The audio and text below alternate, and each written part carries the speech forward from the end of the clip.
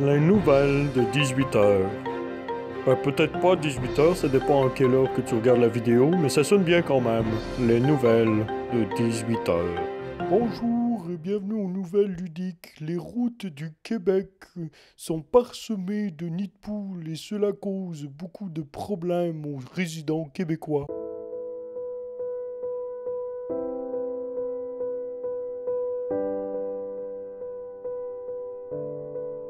À l'égard de ce problème, Régent Thibault, chef du parti Gildois, propose une solution qui selon lui sera éclairée et définitive. Alors, c'est simple, là, regarde, tu lances des dés, puis tu regardes, ça te donne ici un chemin de fer, ça te donne une autoroute, ça te donne une autoroute, mais t'as fait.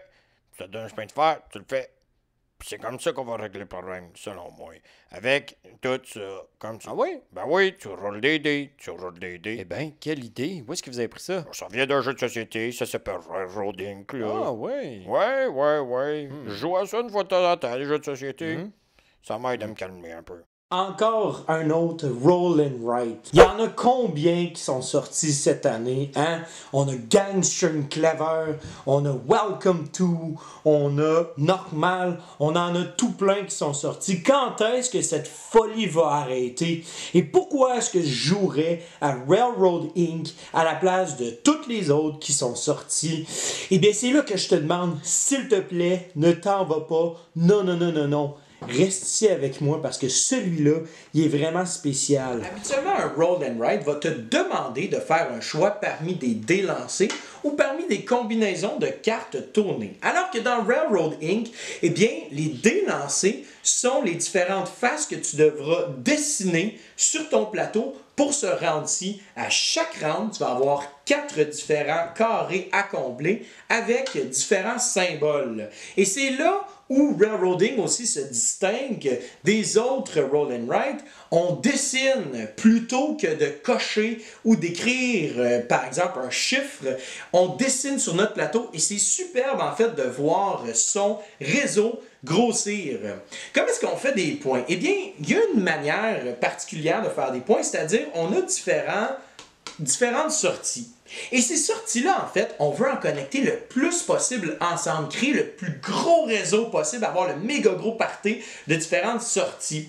Donc, par exemple, ici, je pourrais décider de placer mon chemin de fer, ma petite ligne droite ici, comme ceci. Par la suite, j'ai un coude qui va faire en sorte que mon chemin de fer se transforme en autoroute. Alors, je vais pouvoir placer mon autoroute ici avec mon chemin de fer.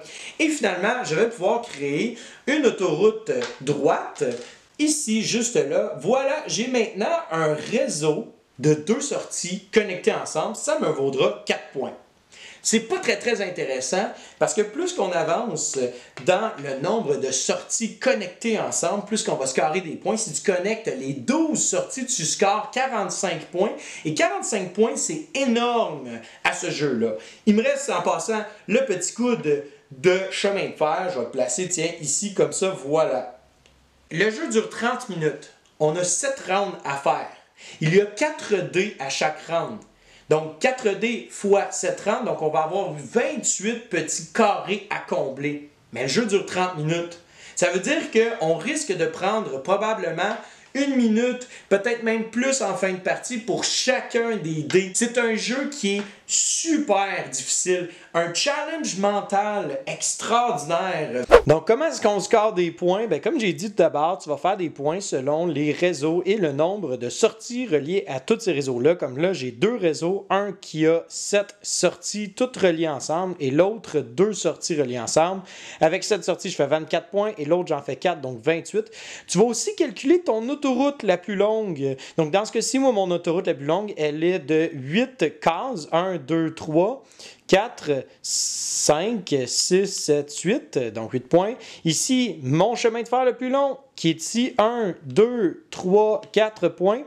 Et là, ce petit carré-là, ce quadrilatère au milieu, tu vas scorer des points pour chacune des cases qui a été utilisée pour faire un chemin, dans le fond. Fait que là, ici, j'en ai 4, 1, 2, 3 et 4, donc 4 points pour ça. Et là, je regarde toutes mes sorties qui ne sont pas terminées, qui ne sont pas reliées avec une autre sortie. Donc ici, j'ai 1, 2, 3 points de perdu. Donc ça, c'est quelque chose que je retire de mon score total. Donc tout ça ensemble, ça donne 41. Ce qui est génial, c'est de voir ton réseau se construire aussi devant tes yeux.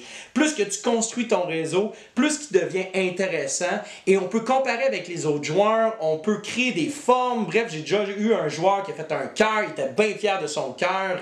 Il y a vraiment des belles choses dans cette petite boîte-là. Mais attention, c'est pas fini. Ici, c'est pour les extensions. Et là, attention, on s'en va dans une autre affaire. Ouh, attention. Railroad Inc. vient dans 2 versions différentes, c'est-à-dire le Blazing Red Edition ainsi que le Deep Blue Edition.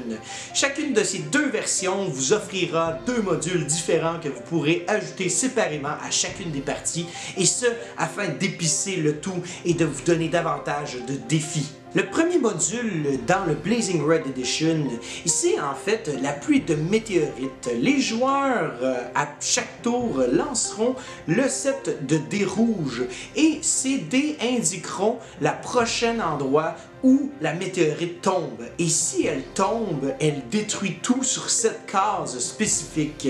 Donc ton beau réseau rempli de différentes sorties pourrait être mis en danger à cause d'une météorite. Mais ne t'en fais pas, car si une route mène directement à un cratère, alors à ce moment-là, tu gagneras des points puisque ça l'attire des touristes dans ta ville. Si tu n'aimes pas l'idée de la destruction et du chaos qu'emmène le module des météorites, alors pourquoi ne pas jouer avec le module de la lave et des volcans?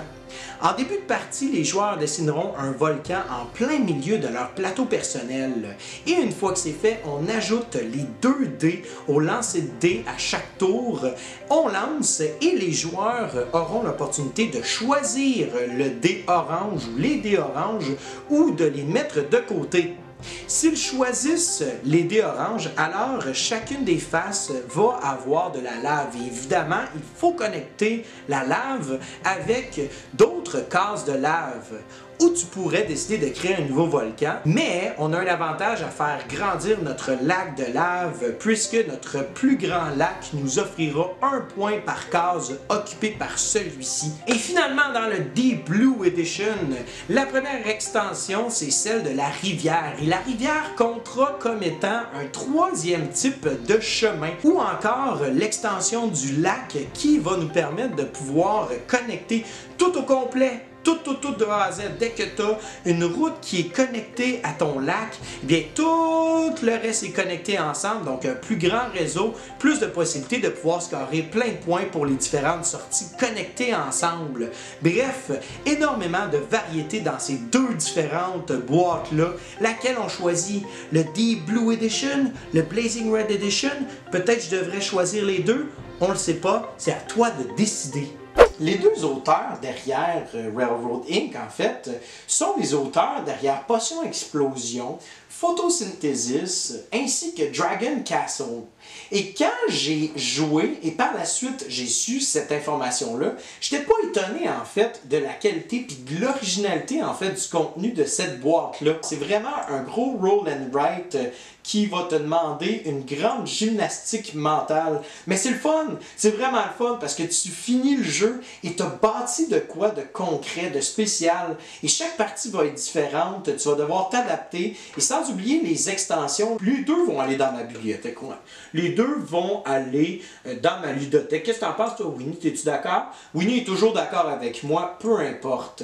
Alors voilà, c'était Vincent et je te souhaite à toi et tes amis un bon jouage!